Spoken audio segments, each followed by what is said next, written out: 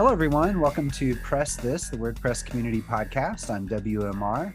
This is your host, David Vogelpohl. I support the WordPress community through my role at WP Engine, and I love to bring the best of the community to you here every week on PressThis. As a reminder, you can follow me on Twitter at WPDavidV. You can subscribe to PressThis on Red Circle, iTunes, Spotify, or download the latest episodes at WMR.fm. In this episode, we're going to be covering something really special. We're going to be covering why Troy Dean of Agency Mavericks just quit as CEO and why you should quit being CEO too. If you're running your own company, particularly a freelancer or an agency business, should I say, maybe you have another type of business in the WordPress space. I know a lot of the people that listen to this show run agencies and work within the agency context. I think it's really interesting to think about how Troy has been approaching his role within the company and kind of this notion of quitting as CEO. So I just want to start by welcoming Troy to the show. Troy, welcome to PressThis. Thanks, David. Thanks for having me. It's always a pleasure to hang out and chat with you, my friend.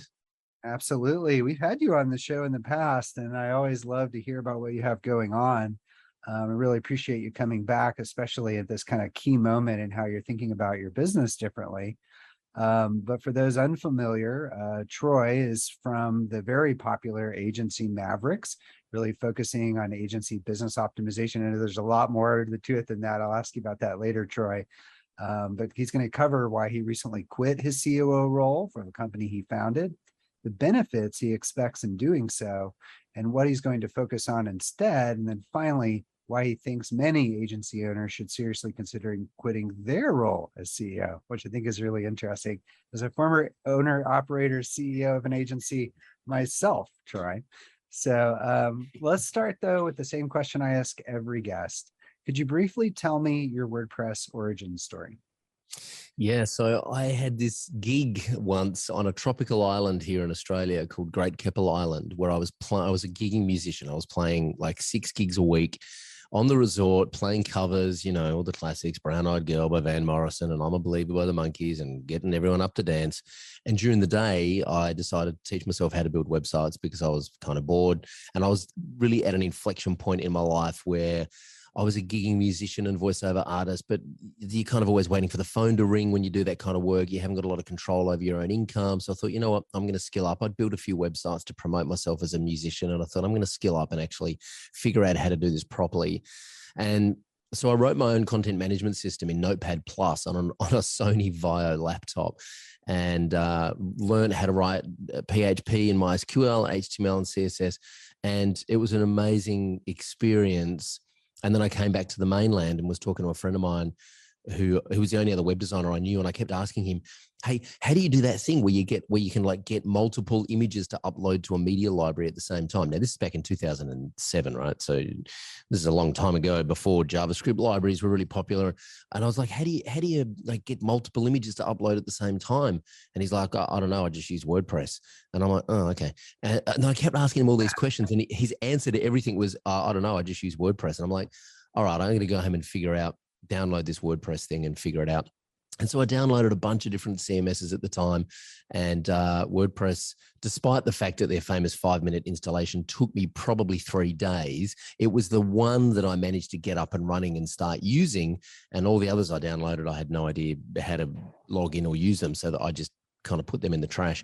And so this was 2007, and I kind of got into WordPress and realized that I just spent 6 weeks building something that now I could probably turn around in a couple of hours using WordPress. So that was like, I felt like the clouds had parted, and someone had shown me the light. And then I discovered the plugin repository, and I was like, you got to be kidding me. What?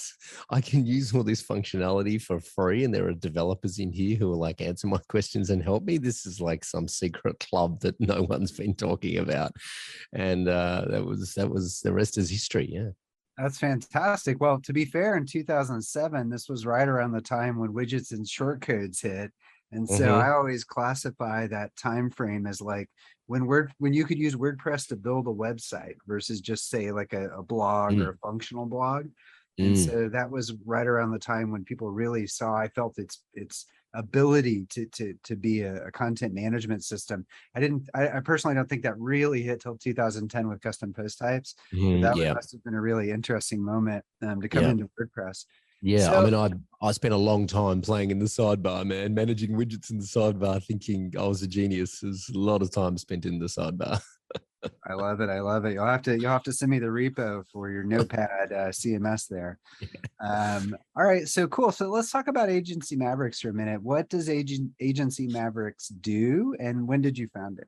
So we started off in 2007. I built my first WordPress website for a client, then figured I'd have to train them how to use WordPress, which I thought would be interesting once. And then I realized very quickly it would be boring if I had to do this every time I handed over a website. So I wrote a Word doc, a 100-page Word doc called the Website User Manual. And I sent it to the same buddy who kind of put me onto WordPress. And I said, hey, check this out. I locked myself in my room for about 2 weeks and basically took a bunch of screenshots of WordPress as to how you would use it as an editor role. I gave it to my first client. They loved it. I sent it up to my buddy. He said, hey, we should turn this into videos and launch a plugin. I said, all right, you do the plugin and I'll do the videos. And we launched video user manuals in 2007, early 2008. And off the back of that, we were basically collecting a bunch of email addresses from WordPress freelancers and developers all around the world who were kind of interested in the plugin. And I think it took me like 3 or 4 years to get around to actually emailing them and saying, hey, what do you guys actually want help with apart from the plugin? What do you need help with? And they all came back and said, we need help managing our business. We need help with lead gen. We need help with managing staff, hiring staff, writing proposals, you name it. And so in 2013, we launched a membership website called WP Elevation. And we opened it up, did one of those classic 4-day sales where we opened the doors for 4 days. We had no idea what to expect. And we enrolled 55 members into our membership website in the first weekend at $100 a month. It was like, well, cool, there's $5,500 recurring every month. I think this thing might have legs. So I started to focus on that. And then in 2013, really kind of quit my agency and at the time and went full time into this kind of training, education, coaching business. And then full transparency, launched our last client website on, I think, January 2017, and have just been focused on helping.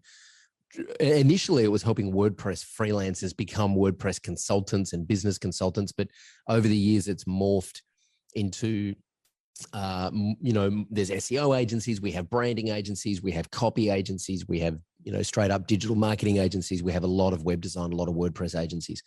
And so we now are focused on helping agencies strengthen their infrastructure and do a better job for their clients so that they don't get overwhelmed. And we kind of help them standardize their processes and grow their team. That's great. So I think like just hearing you walk through all that though is a lot of moments of change. And Mm-hmm. so you've just made this change for yourself, kind of stepping out of the CEO role.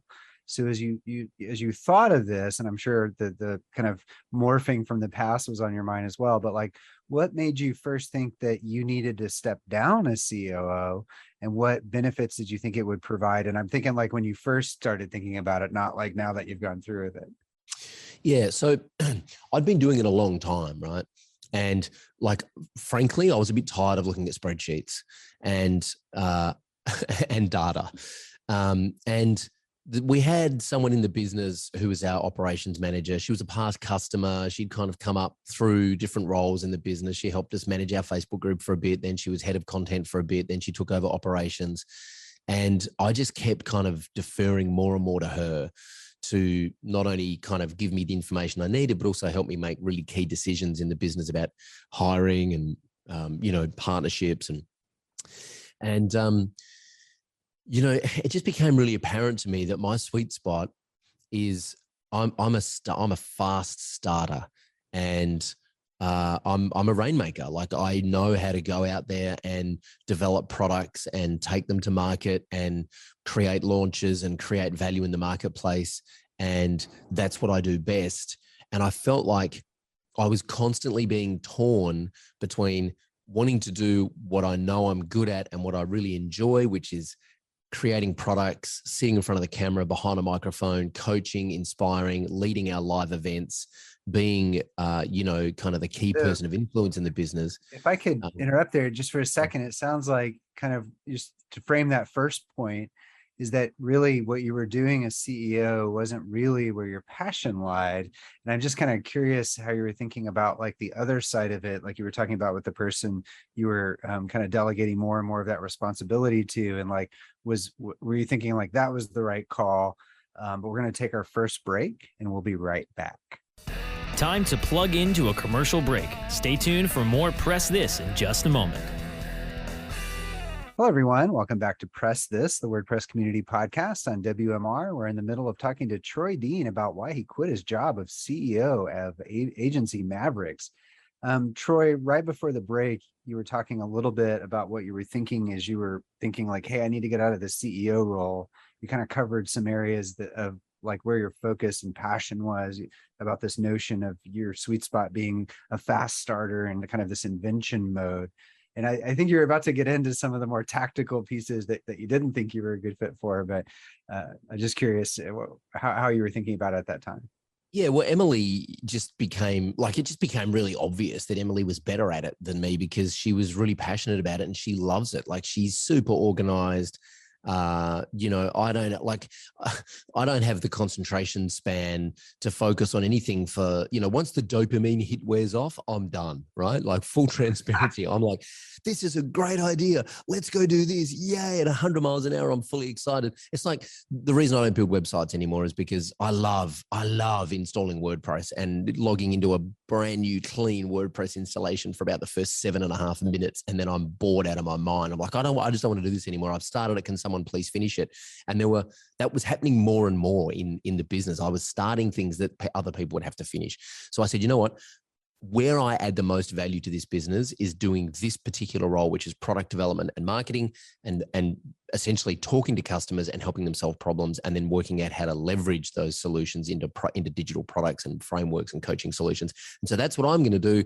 Someone else is going to have to basically take over everything else like HR, finance. Someone else is going to have to be responsible for making sure this company is super profitable as we scale. And I don't want to do that anymore. I'm the 100% shareholder. I own the business, but I don't want to be responsible for keeping a really close eye on the details and the numbers as we grow. I just want to have fun and do what I do best. And fortunately, Emily was like chomping at the bit to get her hands on the reins and to take over. And so it just became a really natural progression. And I called her at the start of this year when I was due to come back to work. And I said, I'm not coming back to work. I'm taking another couple of weeks off just to relax and unwind. And then when I did come back to work, I said, you know what? I don't want to come back to work in the capacity that I was in last year. I want to change. And this is what I want to do. And this is what I'm thinking. And at that point, she was like, yes, great, let's go. And so it took us 6 months to kind of figure out how to roll it out to the team. And then the financial year for us starts on the 1st of July. So it made perfect sense for us to actually make the announcement on the 1st of July, which we just did. Oh, congratulations on that. And congratulations to Emily. What's Emily's last name? Emily Bryant. And she's based in Christchurch in New Zealand. Excellent. Excellent. So I'm curious, like, as you were thinking about this though, and you mentioned that your current focus is on product development and marketing. Was that the original idea, or did that evolve as you kind of toyed with the notion of stepping down as CEO? I think I love marketing. I love putting an offer in front of people that I know. I love the market research. I love figuring out what people want. I love talking to customers. I love helping them solve problems. I love campaigns and I love product development. I love producing products. As when I say products, I'm talking about training products, training kits, coaching frameworks, even our live events we think of as products. So I love being involved in that. I don't really want to be responsible for anything, to be like brutally honest. I just love being. Again? I said you and me both. Yeah. Like I want to be involved, but I don't want to be responsible. Like I just like, I want to have fun, but at the end of the day, it's like, well, someone else is going to have to make this work because, don't expect me to do it because I'm kind of at that point in my career now where I mean, frankly, I just don't want to be responsible anymore. So I want to do other things, and I want to have fun, which I am having enormous amounts of fun in the business. But like, I'm only probably working about 3 days a week at the moment in the business. I'm in the building. We have a building that we've just kind of taken over and built some studios, and I'm in the building 5 days a week, but I'm only really sort of working the equivalent of 3 days a week. The other time I'm just spending time exploring, content frameworks, or I'm exploring, videography, or we've built an audio studio and I'm doing the occasional voiceover for a client that I actually care about. I don't care about making extra money or having an extra income. I just want to work on other projects that I'm interested in, and digital content and media content is something that I've always been really passionate about. So the more I learn outside the business, the more I can bring those skills into the business. So yeah, I think marketing and product development has always been something that I've been pulled back into. And now that I haven't got the responsibility of net profit and P&L statement, I can just focus on what I really enjoy, and I'm learning more. I'm studying more and learning more in that area. So a lot of agency owners, of course, came from a background where they had already had experience building and optimizing sites. And maybe for them, the thing they enjoy is the building or the creating or the creative process, and not necessarily running the business they founded. And like, one of the questions I was going to ask you, and you actually kind of already answered it, was like, how did you find someone you could trust to take over as CEO? And you had an Emily right there. And I'm sure a lot of people listening are like, I wonder if I have an Emily.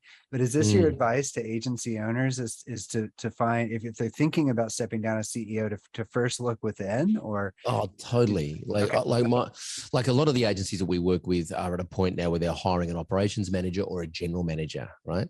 And so, and frankly, I don't really care about titles. I said to Emily, like, what do you want to call yourself? The CEO, the general manager? I don't care. Call yourself whatever you want to call yourself. And she said, I'd like the CEO. And I'm like, great, you can be CEO, general manager, CEO. Like, there are some intricacies and differences between the roles, but ultimately she is responsible for net profit. That's real, that's really what she's responsible for at the end of the day, and team kind of culture. Now, I think, so a lot of the agencies that we work with, I'm always encouraging them to look internally. There's someone in your organization that wants more responsibility, that wants more autonomy, that wants more reward financially and also career development. And if you love being the CEO of your agency, then knock yourself out. I just think at some point you need to make a decision, because I don't think CEOs should really be in the weeds and in the trenches with the team. I think they should operate at a 30,000 foot view to kind of see the overall lay of the land. And I made that decision that I didn't want to be in the control tower anymore. And a lot of the agency owners that we work with, their favorite bit is strategy. Their favorite bit is coming up with strategies with clients. And so we're really encouraging them to be strategic directors and have someone else come in and be a CEO and run the P&L statement. Okay, so that makes a lot of sense. Someone that already knows your business, is eager to do a good job, but is already in a position of quote general management, but kind of in look there first. Did you consider outside candidates? And I mean, I guess you already had an Emily in your back pocket, but no, I didn't, because I mean, our business is unique. If no one's been inside a business like ours, which is essentially online courses, coaching, community. If you haven't been in one of those businesses, it takes a while to understand how it works and all the moving parts and the kind of the details. So for me, it made perfect sense to elevate someone within the team, and Emily was the obvious choice. If I didn't have Emily here, I don't know that I would have made this decision at this time. I don't think I would have gone looking externally for someone, because Emily just understands this business so well, and we have such a shared vision of what we want to do with the business that it just made perfect sense to hand over. And so, like the too long didn't read version for me with this whole thing is that I'm just having way more fun now than I was 6 months ago, because I've been kind of let off the leash and I can do my thing, and the business, I think, financially is in much better position. The future looks very bright. I'm very confident. We've also surrounded Emily with the people that she needs. So she has a coach. She has a couple of coaches, actually. We have a financial coach. We have a CFO. We have, people around the leadership team that Emily's leading. And I'm still very much involved in those conversations. But we've made sure that Emily's surrounded with the people that she needs to sort of fill any gaps that she has, which she does have some gaps. And so we've made sure that we've plugged those gaps with external people. So the benefits, it sounds like you're seeing early days, of course, after making the move, is opening up your time. I like how you put it earlier, to learn outside the business, to bring ideas in the business.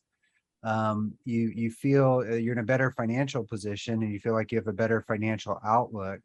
And then it seemed like the other key part of that was making sure that the person you had promoted within, Emily, receive the support system for areas she might not be familiar with. And so kind of completing that puzzle, or that holistic picture there for her. So yeah, I mean, as a business owner, I want to go to bed at night knowing that Emily has all the information she needs to almost make the same decision that I would make. Now, it's her decision, and we keep having that conversation, and this is a thing that we're both going to have to adapt to. And I keep saying to her, "It's your call, it's your decision." But I want to make sure that she's got all the information and access to all of the people that she needs access to basically make a decision that I would support. And even if I wouldn't support it, I will support it because she's the CEO. So I have to support any decision that she makes. That's part of the deal. But I wanted to make sure that she's got full clarity over the financial data, that she's got full clarity over the team culture and what's happening there. And she's got great working relationships with the whole team. We're a remote team across Australia, the US, and the Philippines, and New Zealand. And so I wanted to make sure that she had everything she needed to make really sound decisions, even if it's not the same decision that I would make. yeah, so it's not just like handing it off and like piecing out, but really putting those good support systems in place. That's very sound advice. I'd like to talk to you a little bit about the agency owner perspective, but we're going to take our last break and we'll be right back. Time to plug into a commercial break. Stay tuned for more Press This in just a moment. Hello, everyone. Welcome back to Press This, the WordPress community podcast on WMR. We're in the middle of talking to Troy Dean about why he just quit as CEO and why you should quit being CEO too. Troy, right before the break, you were talking a little bit about how some of the benefits you'd realize and the support systems you'd set up for Emily, your new CEO. And I'm just curious, like, to kind of get it back to like the agency owner perspective is, kind of key part of our topic here today. Do you think agency owners could specifically benefit from a similar approach? And we've talked about it, right? Like agency owners will often like love the strategic part or the creative part. Do you think this is systemic? Like you've talked to a lot of folks who run agencies. Mm-hmm. Is it a common theme that the role of CEO is uncomfortable or not the best place for them to focus their effort?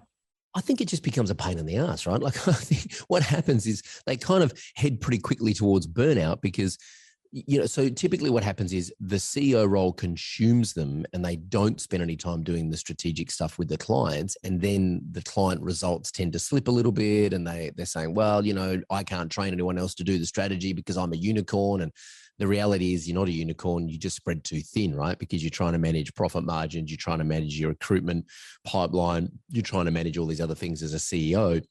And you're not focused on what it is that makes you truly unique. Now, if you're a great strategic thinker and you're a great, or you're a great creative director, or you're a great technical director, right? Then let's keep you in that role so that you can add I firmly believe that you will add the most value to your business when you are doing your best work and when you are happiest and nourished and enriched. And when you get home at the end of the day, if you are grumpy, it's because you're not in your sweet spot. I get home at the end of the day, and if I'm cranky, my wife knows I've been trying to debug code, right? Which thankfully hasn't happened for a long time. But I literally bounce in the door at the end of the day with more energy than when I came to work. And she's like, this is disgusting. You're having way too much fun. I'm like, yeah, because I've been podcasting all day and I've been talking to customers and I've been creating products and I'm having way more fun. And so as an agency owner, at the end of the day, if you're exhausted and you've got like too many tabs open in your head, I would just ask yourself, which tabs do I want to keep open and which ones do I want to close? Now, if you love being the CEO and you're quite happy to let go of all the, strategic stuff or the creative stuff, then by all means, be a CEO. Just don't try and do both, because at some point, I think your performance in each role suffers if you try and do both really well.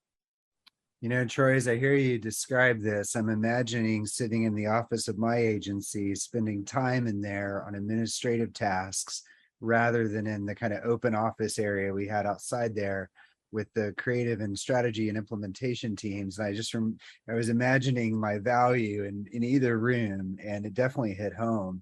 And I could see how a lot of other agency owners are experiencing that same thing with the kind of use of the most valuable use of their time. Is it, running the next payroll, or is it doing this if it's a small agency, or again, as you get further in the weeds of these administrative tasks and your strength is digital strategy or code or whatever it is, you're just drawing your core value further and further away from driving value to your business. Is that fundamentally how you think totally. about it? 100%. And like, I don't think anyone started an agency to spend their life looking at spreadsheets, right? Like, that's just a necessary, or email. That's a necessary evil as your agency grows, that you end up just having to do more and more of that stuff. And I've kind of come to the realization that, you know what, you don't have to. Just because you own the company doesn't mean you have to be responsible for the P&L and the spreadsheets and the net profit. It's totally fine to own the company and just play a role. And one of the guy that really inspired this for me was a guy named Michael Bengay-Stanier, who's an Australian author, written a couple of great books. One's The Coaching Habit and the other one is The Advice Trap. And he's got a CEO and he plays the role of founder and product development. And when I saw that, I was like, that's what I want to do. I watched We Crash on Apple TV and I was like, dude, that dude just did not know when to stop, right? Like, he just should have resigned as CEO from WeWork way earlier than he did. And his ego just got in the way. And so, like, on a much smaller scale, I'm like, yeah, I don't want to be Adam Newman. I don't want to be the guy that ruins the company because I'm not a very good CEO. So I'm going to get out and do what I do best. And I'm going to bring someone else in to do that because I just don't have the concentration span for it. And I think it was I had to give myself permission to not be in the big chair anymore, And so I kind of had to reconcile that it's okay to own the company and not be the CEO. That's perfectly fine. Yes, absolutely. And I think that's a wonderful point to end on. This has been very interesting, Troy. Thank you for coming on today. Thanks for having me, David. It's always a pleasure. Absolutely. If you'd like to learn more about what Troy is up to, and Emily, apparently, please visit agencymavericks.com. Thanks, everyone, for listening to PressThis, the WordPress community podcast on WMR. Again, this has been your host, David Vogelpohl. I support the WordPress community through my role at WP Engine, and I love to bring the best of the community to you here every week on PressThis.